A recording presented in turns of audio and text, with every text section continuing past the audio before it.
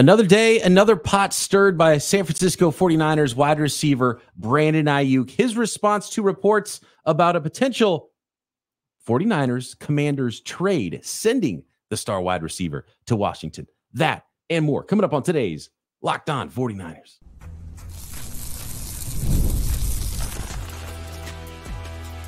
You are Locked On 49ers, your daily San Francisco 49ers podcast. Part of the Locked On Podcast Network, your team every day. Welcome to Locked On 49ers. Brian Peacock and Eric Crocker at BD Peacock at Crocky209. Thanks, everybody, for making us your first listen on the Locked On Podcast Network, your team every day. We love our everydayers, and we love it when you hit that subscribe button on YouTube and wherever you are listening to this podcast. And by the way, I got asked, hey, what time do you guys go live? Well, we go live sometimes Sunday evenings, Thursday evenings, and do those podcasts live for the next morning. But and for the audio listeners, but if you really want to know when we're live, hit that bell on YouTube, the notification bell, so you know exactly when we're going live, because sometimes it does vary. Today's episode of Locked On 49ers is brought to you by Gametime. Download the Gametime app, create an account, and use code LOCKEDONNFL for $20 off your first ticket purchase. Terms apply. All right, Croc. Brandon Aiyuk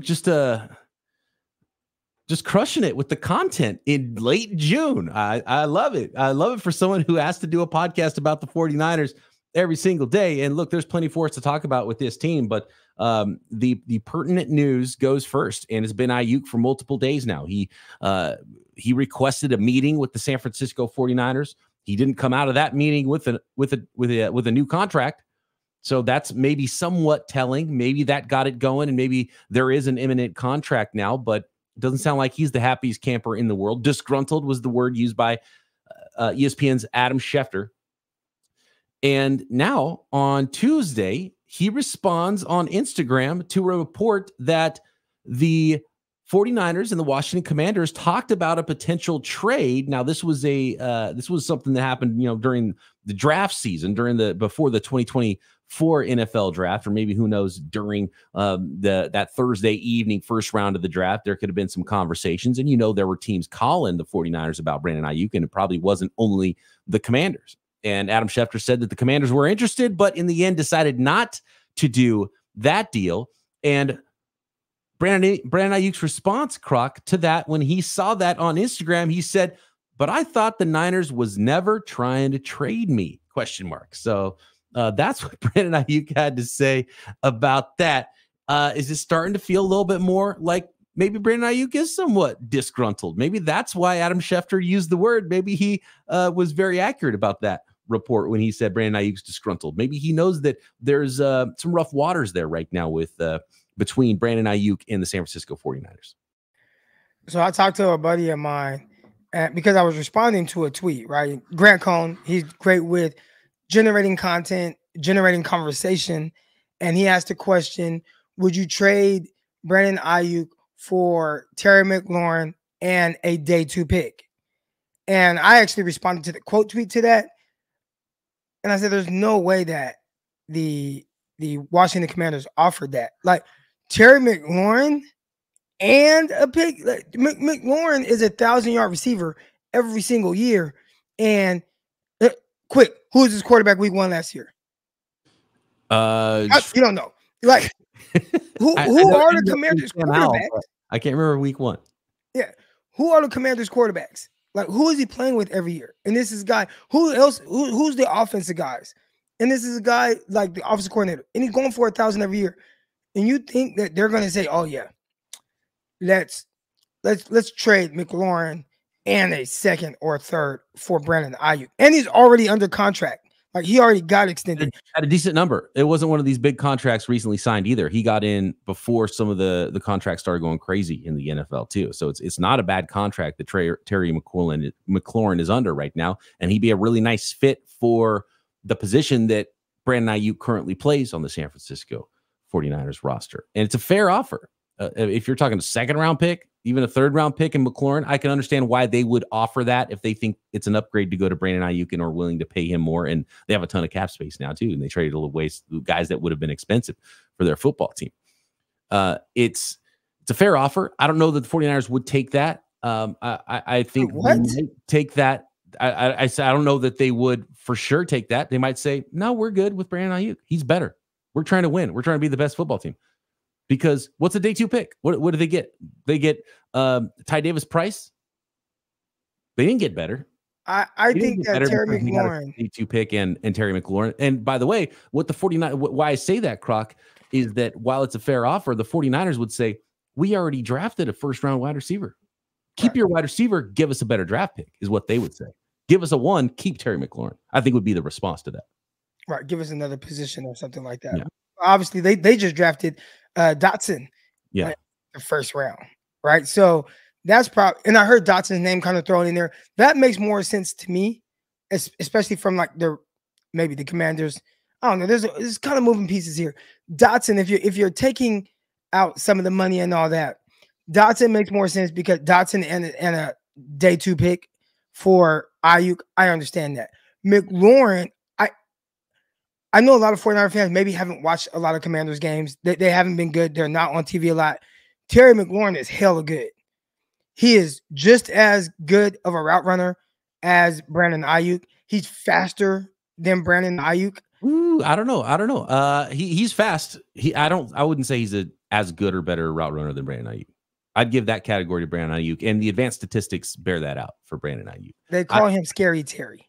He's scary, and I like the way he plays. I think he'd be a really good fit for the 49ers. Ex-receiver. I think he's wired like a 49er, like a player the 49ers would want.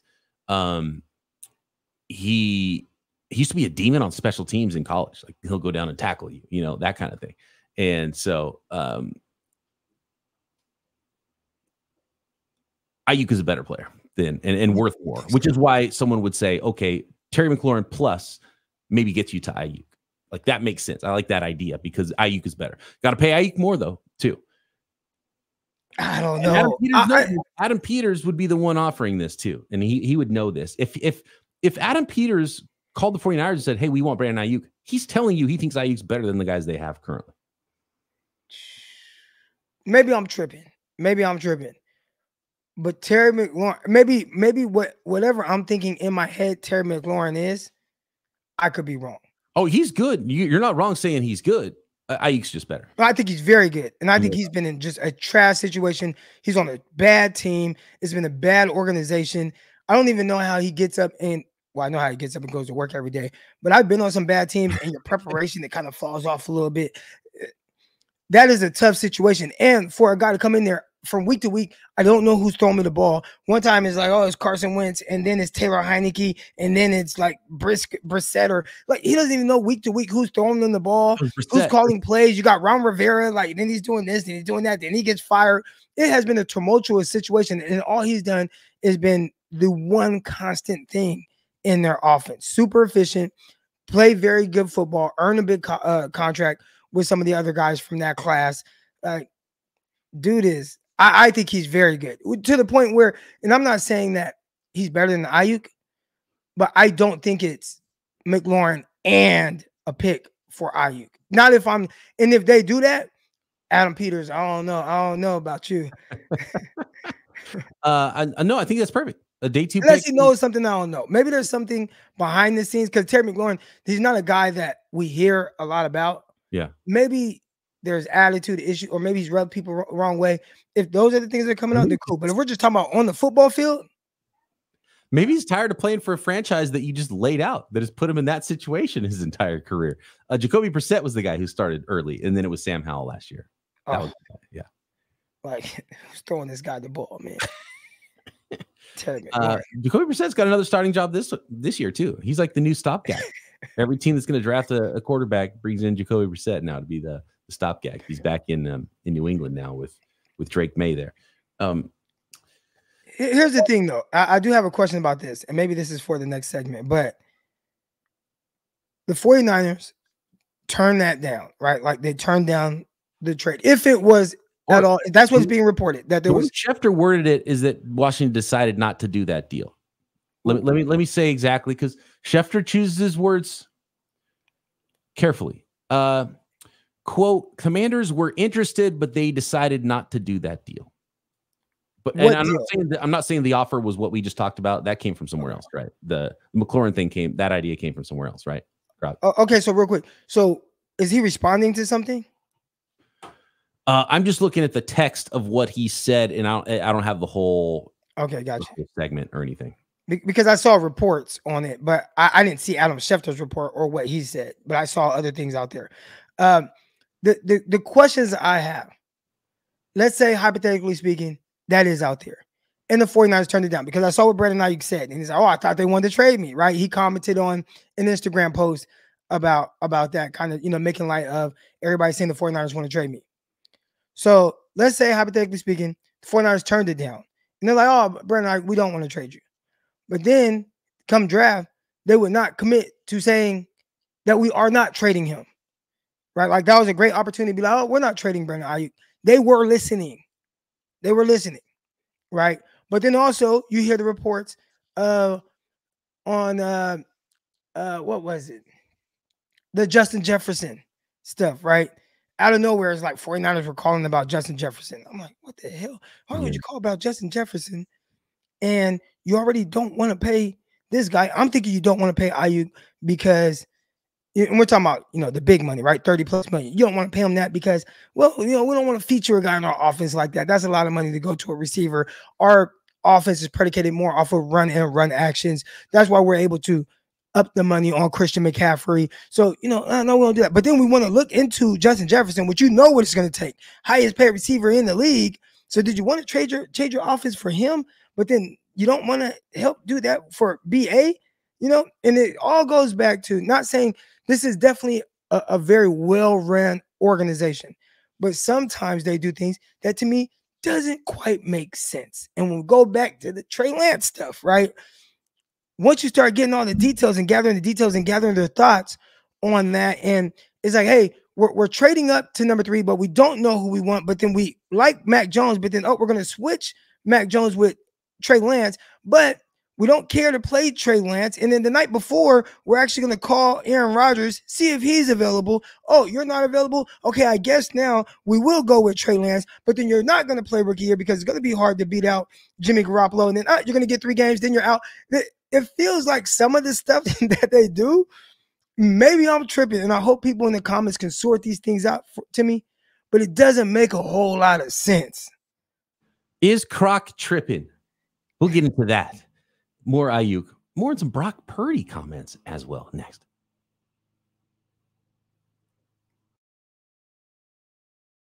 Today's episode of Locked On 49ers brought to you by eBay Motors. Passion, drive, and patience. It's the formula for winning championships. Patience is actually one of the keys right now, late June, I think that the 49ers need for winning those championships. It's also what keeps your ride or die alive. eBay Motors has everything you need to maintain your vehicle and level it up to peak performance, superchargers, roof racks, exhaust kits, LED headlights, and more. Whether you're into speed, power, or style, eBay Motors has you covered. With over 122 million parts for your number one ride or die, you'll always find exactly what you're looking for. And with eBay Guaranteed Fit, your part is guaranteed to fit your ride every time or your money back. Because with eBay Motors, you're burning rubber, not cash. Big green check mark. It's so easy with that eBay Guaranteed Fit. Your part, it'll fit. You get it quickly, and you save a lot of cash. With all the parts you need at the prices you want, it's easy to make your car into the MVP and bring home huge wins. Keep your ride or die alive at ebaymotors.com. Eligible items only. Exclusions apply. eBay Guaranteed Fit only available to U.S. customers.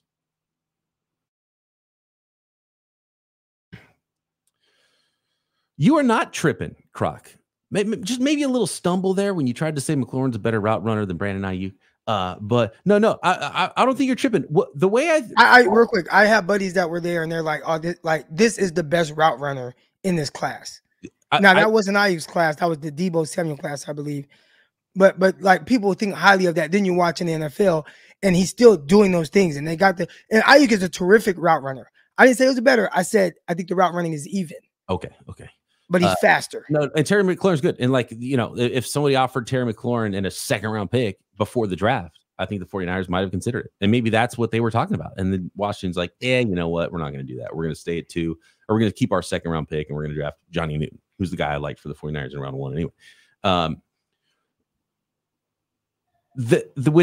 the 49ers and how they have handled certain transactions, and the Trey Lance stuff was just weird, but they're going for it. And I think that's where, we got to go back to last year or 2 years ago, talking about the Debo stuff, a little bit about the Bosa stuff. I said it earlier, in the past few weeks about the Brandon Aiyuk stuff and the contract negotiations.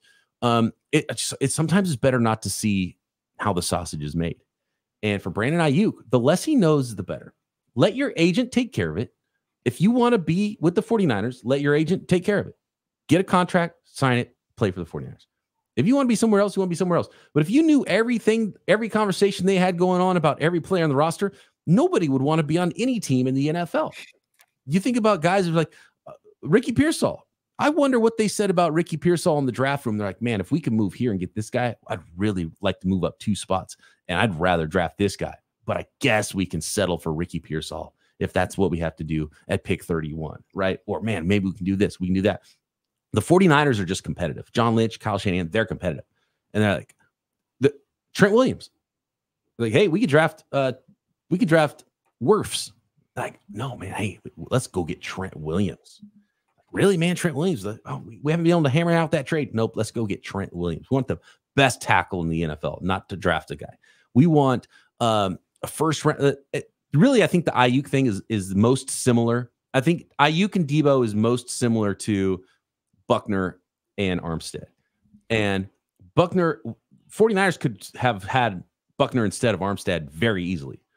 What happened is another team paid the price that the 49ers were looking for.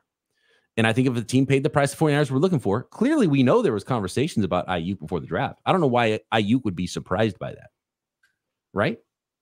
Isn't it weird that Aiyuk would be like, oh, I thought they weren't trying to trade me? Of course they listened to offers for you. Teams are going to call. The Steelers called. Washington called. The Patriots called. Who else? I mean, there's probably 10 teams that called the 49ers about Brandon Aiyuk. That doesn't mean they were imminent or about ready to do a deal. And maybe they were ready to do a deal. But those conversations are going to happen. And if every player knew all those conversations and were that dialed into it and were upset about every single thing, every player would be disgruntled in the entire NFL. So I think part of it is just the 49ers are competitive. And they're going to look for every edge they can get. And if they could possibly swing a Justin Jefferson trade, they're going to go try to get him. If they can go get Christian McCaffrey, they're going to go try to get him. And it's like, oh, man, you got to throw in an extra 5th because the Rams are going to try to get him too. Okay, let's get this player. Best running back in the league, let's go get him. Best offensive tackle in the league, let's go get him. Can we get the best wide receiver in the NFL? Let's go. Let's go get him. That's just how the 49ers are. And we should never be surprised when they're trying to do big moves. And they're going to, if they think that trading Brandon Aiyuk or maybe Deebo Samuel makes them better, then they're going to do that move. And to this point, that move that makes them better without those 2 players hasn't happened. Will it happen this offseason? Doubtful. Will it happen next offseason? Probably with one of those 2 guys. I think the thing that I'm having a tough time figuring out with them, and again, they've done a great job just building a roster, being competitive like they are, 3 straight conference championship games, a Super Bowl appearance. I mean, I have no complaints. My biggest thing is I'm just trying to understand a little bit, right? Like just the way they do certain things. And some of the things they do, I feel like, dude, I wouldn't even do this in Madden. It's like, okay, I'm building this roster. I have this piece, I have this piece. Okay. At times you could think, like, okay, I can let this piece go and do this. But they almost just kind of react on a whim and then work off of that. Well, our team is so good. Our team is so talented. We are able to pivot from whatever we thought we might even want to do. I think there's a lot of that where it almost feels like there's not a whole lot of direction. It's just really good players, really good coaching. And then it's like, well, but a lot of the moves I feel like are working in a certain direction, they pivot before it even gets to whatever end result they were looking for with that situation. Yeah. No, I get it. And in some, it's the tail is wagging the dog in some circumstances. Like you're letting the league decide what you're going to do in that case. If all you're going to do is just sit there and wait for someone to give you an offer, and you're like, okay, I like it. You're letting the league decide what you're going to do with your roster. I want to hear in the chat. Eric Crocker's over here trying to pretend like he didn't go on Madden and go, okay, well, let's just see. Let's put Justin Jefferson on this side. Let's put Aiyuk and maybe a draft pick. Oh, that didn't work. Let's add a 6th. Let's add another pick. Oh, no, it didn't work. We couldn't get Justin Jefferson. Don't pretend you didn't do that. Let us know in the comments. At BD Peacock, at Crocky209. Let us know if you ever did that and snuck over to the Vikings trade room and you're like, okay, let's put Justin Jefferson on this side. Let's put Aiyuk and maybe a pick over here. See if we can get the best wide receiver in the NFL. Because I was gonna say that it's kind of like Madden in that regard. Well, my thing is, if you are doing that, right, it would throw off a lot of what my philosophy is, which is the 49ers don't want to have to feature a pass catcher. Because when Kyle lays down at night, it's like, oh, I got CMC, and I want to do this with CMC, and I want to do this, and I want to do this, and then I can fake it to him this way. Then I can get the ball to Debo Samuel in space, and George Kittle, he's blocking, and oh, wait a minute, I forgot, I got Brandon Aiyuk. Let's throw him the ball. You know, like it feels like that's what it is, and that's what it's been. And if you go back to even his Atlanta days with Julio Jones, first year they targeted him 200 times. 204 times targeted Julio. The next year, those targets went down to like 130, which is still a lot, but we're talking about 70 target difference. Caught 88 passes, right? But he had a little bit more balance with Tevin Coleman and Devontae Freeman. And then he had the other receivers, Sanu and Taylor Gabriel, and then he had the tight end. And it felt like and then went to the Super Bowl, right? The 200 target guy, you weren't that good. More balanced, more being able to play through the run in these two backs, and okay, we got Julio. You went to the Super Bowl, and I think that's how his recipe for success is whatever his vision of the offense is. And I don't think it's throwing the ball to Justin Jefferson 180 times. So if it's not, why would you even entertain looking into him when you know you would have to make him the highest paid player in the NFL? That's the part where, I don't think it's as simple as just, hey, do you want the best receiver in the NFL? It's everything else. How we're going to structure the rest of our roster around that. I think it's not going to take away from the things that I truly want to do and are at the top priority of my philosophy. I think it was the money, though. I think that was probably the thought process. It's like, okay, well, they're like, well, if we're going to give Aiyuk $30 million, why don't we just pay a couple more million and get the best wide receiver in the NFL? I think that was the thought. It wasn't that we want to get a receiver to throw to 180 times. It was that if we're going to pay this money, let's pay the best guy instead of our own guy that we like. But Justin Jefferson, we might like a little bit more. And it doesn't cost that much more. I think that was probably the thought. Well, it's going to cost you a lot of money and capital. And I also don't know if that report is true. And as we mentioned the first time I heard that report could have been like, let's find out what's going on in the wide receiver market. Let's see how much they're actually offering him. Let's see if we can get some information from teams. And that's what I talked about when I'm like, you don't want to know how the sausage is made. No NFL player wants to know how often their name might come up and how willing in the right deal their team might be to trade that guy away. And how close they were to drafting a different guy that's not you, right? Like it's not like the 49ers draft board went, player number 1 is Ricky Pearsall, player number 2 is Renardo Green, and player number 3 is Dominic Pooney. We're going to draft those 3 guys. No, they probably hoped they were going to get 3 other guys in those slots. That's the reality of it. Did you ever watch the movie White Castle with like Harold and Kumar? No, I haven't seen that. No. All right, so there was this one scene, right? The detective, right? They have him in this interrogation room, and the detective is asking these questions, and he's trying to get the answer out of him, and he rips this piece of paper out of like, I don't know, it looked like a dictionary or something, but like he rips this piece of paper out, wipes his butt with it, and then shows the guy the paper, and there's like poop on it, right? And they're like, dang, dude, did you wipe your butt? He was like, don't ask questions you don't want to know the answer to. And that's Brandon Aiyuk right now. Yeah. Don't ask questions you don't want to know the answers to. No. Yeah. Go on vacation, sit on the beach, let your agent do the negotiating, and then get a deal done. That's my advice for any NFL player. But you do you. Brandon Aiyuk wants to be involved. And we'll see if that helps his situation. We will find out. It is not over, and it sounds like there might be some disgruntledness going on with Brandon Aiyuk and the 49ers. Adam Schefter might have chosen the exact right word there, potentially. All right.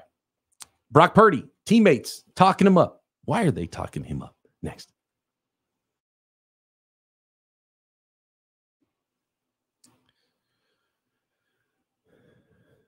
A pair of teammates, and look, this is nonstop with Brock Purdy.